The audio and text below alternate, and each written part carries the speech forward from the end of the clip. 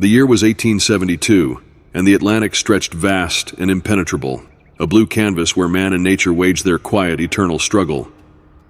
Far from any shore, on December 5th, the brigantine Dei Gratia sliced through the cold waters, her crew vigilant and watchful. The winds were favorable, but an uneasy calm hung in the air, a prelude, perhaps, to something unnatural. Late in the afternoon, a cry went up from the lookout perched high in the mast. "Ship ahead!" The call brought Captain David Morehouse to the deck. Through his spyglass, he studied the vessel on the horizon. Her sails were slack and unevenly set, flapping in the light breeze like abandoned flags. She appeared adrift, her motion dictated not by human hands, but by the whims of the ocean. The ship was the Mary Celeste, a name Morehouse recognized immediately. He had dined with her captain, Benjamin Briggs, weeks before in New York. They had exchanged plans, wished each other good fortune. The Mary Celeste was bound for Genoa, carrying a small crew of 10, including Briggs's wife Sarah and their young daughter Sophia.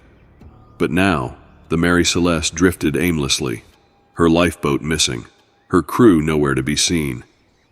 Curiosity, tinged with dread, drove Morehouse and a small boarding party to row across the swell to the silent vessel. As they drew closer, they called out, "Ahoy! Mary Celeste! Anyone aboard?" The only answer was the moaning wind and the slap of waves against her hull. The party climbed aboard, their boots echoing ominously against the wooden deck. The ship was in an eerily pristine state, as if abandoned only moments before. The sails were weathered but functional. The rigging hung loose, swaying slightly in the breeze. The hold was dry. The cargo, 1,701 barrels of denatured alcohol, securely stowed. Below deck, the air was stale, but carried no scent of decay or disaster. They found no signs of life. In the galley, food had been laid out, but the plates and cups sat undisturbed, now gathering a thin layer of dust. In the crew's quarters, clothing and personal belongings were neatly arranged, as if the sailors expected to return at any moment. The captain's quarters offered no further clarity. The logbook rested on the desk, its last entry dated November 25th, some 10 days earlier. 6:30 a.m., storm abating, all well. Yet all was clearly not well. A closer inspection revealed peculiarities. The compass was smashed. A deep gouge marred the railing, as though struck by some tremendous force. Ropes dangled over the side, as if hastily deployed. But there was no blood, no signs of a struggle, no bodies. The Mary Celeste was a ghost ship. Her passengers and crew vanished without a trace. The Dei Gratia towed the abandoned vessel to Gibraltar, where authorities conducted a thorough investigation. Theories proliferated as officials and sailors alike tried to explain the inexplicable. Some suggested a mutiny.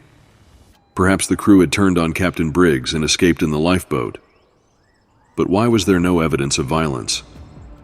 Why would mutineers abandon a perfectly seaworthy vessel? Pirates, too, were proposed as culprits. Yet nothing of value had been taken. The cargo of alcohol, the ship's stores, even the crew's belongings, all were untouched.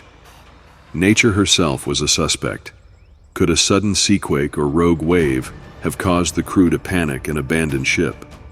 But the Mary Celeste showed no structural damage, no waterlogging or signs of a capsizing attempt. A more sinister theory emerged from the sailors' whispers.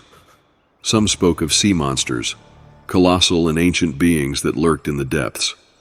Others invoked the supernatural, a curse perhaps, or vengeful spirits who had claimed the Mary Celeste and her crew.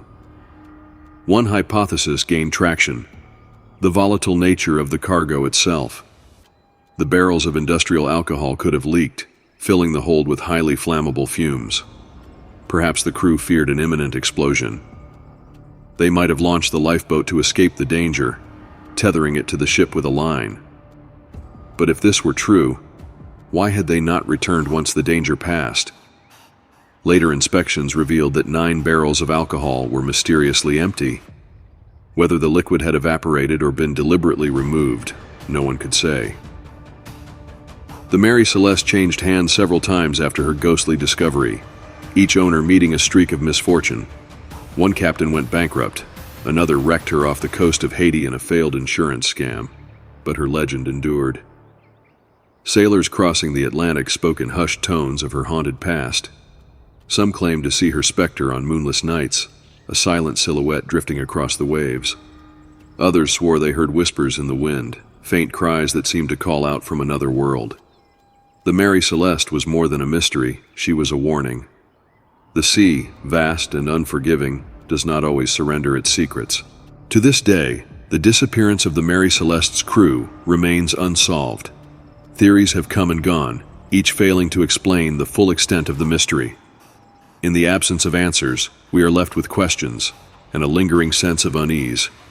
The fate of the Mary Celeste remains one of the most enduring mysteries in maritime history. Despite numerous investigations, no definitive answer has ever been proven. However, several theories, ranging from plausible to wildly speculative, attempt to explain what happened to the ship and her missing crew. For what happened aboard the Mary Celeste in November of 1872 is not just a story of a vanished crew. It is a reminder that the sea holds many mysteries, and some, perhaps, are best left undiscovered. The alcohol theory, leaking fumes causing panic, is widely considered the most plausible explanation. It accounts for the crew's sudden but orderly departure and the lack of physical damage. However, no theory explains everything. Why didn't they take more supplies? Why were they unable to return? The Mary Celeste remains an enigma, a cautionary tale of the sea's boundless power and the fragility of human understanding. Whatever happened aboard, the truth now lies with the ocean, locked away forever.